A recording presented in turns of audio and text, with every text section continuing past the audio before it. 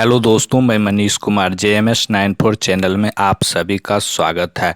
आज का टॉपिक है उपवास से शरीर की आंतरिक शुद्धि।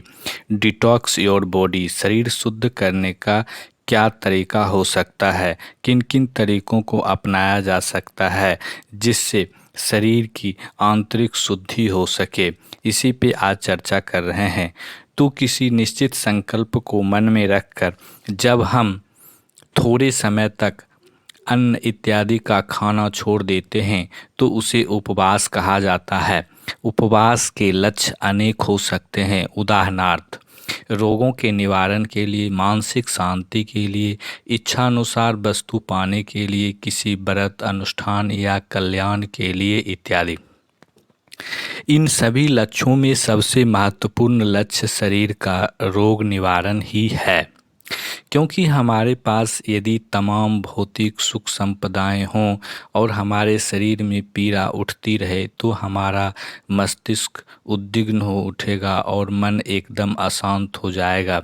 जब मन अशांत रहेगा तो अशांतस्य कुतो सुखम, अर्थात अशांत व्यक्ति को सुख कहाँ वाली कहावत एकदम साकार हो उठेगी। ऐसे समय में तो महान मनोबल वाला व्यक्ति ही शांत रह सकता है। हमारे शरीर के विभिन्न रोगों में आँख, नाक, कान, जिह्वा, त्वचा, हाथ, पैर इत्यादि संबंधी रोग आते रहते हैं। इन रोगों के निवारण में उपवास भी महत्वपूर्ण भूमिका निभाता है। कुछ पाश्चात्य चिकित्सकों का निर्णय अब प्रकाश में आ रहा है।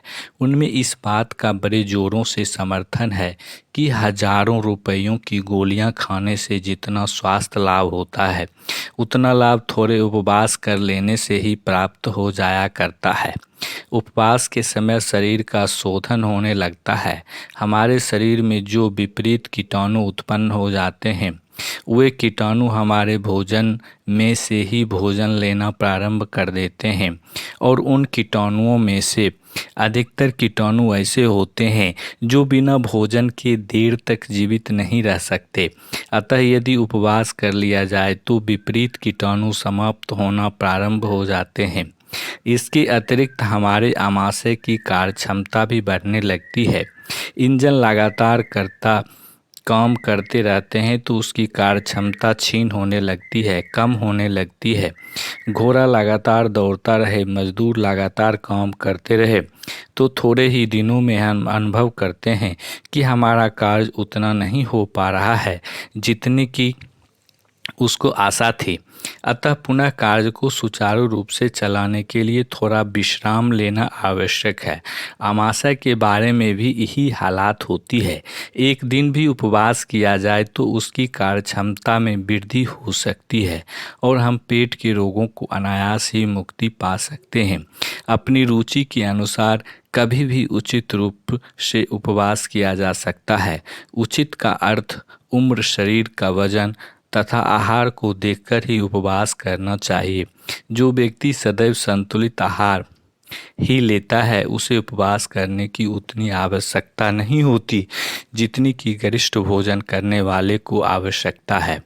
चर्बी और अधिक प्रोटीन वाले पदार्थ जैसे अंडा, मांस आदि खाने वालों के लिए उपवास की नितांत आवश्यकता होती है। उपवास को अनेक ढंगों से निभाया जाता है। जैसे एक समय में भोजन कर लिया जाए तो दूसरे समय भोजन न करें, इसे एकाहार कहते हैं। दूसरे दोनों समय भोजन तो किया जाए परंतु भरपेट न किया जाए, आधा पेट ही भोजन करें।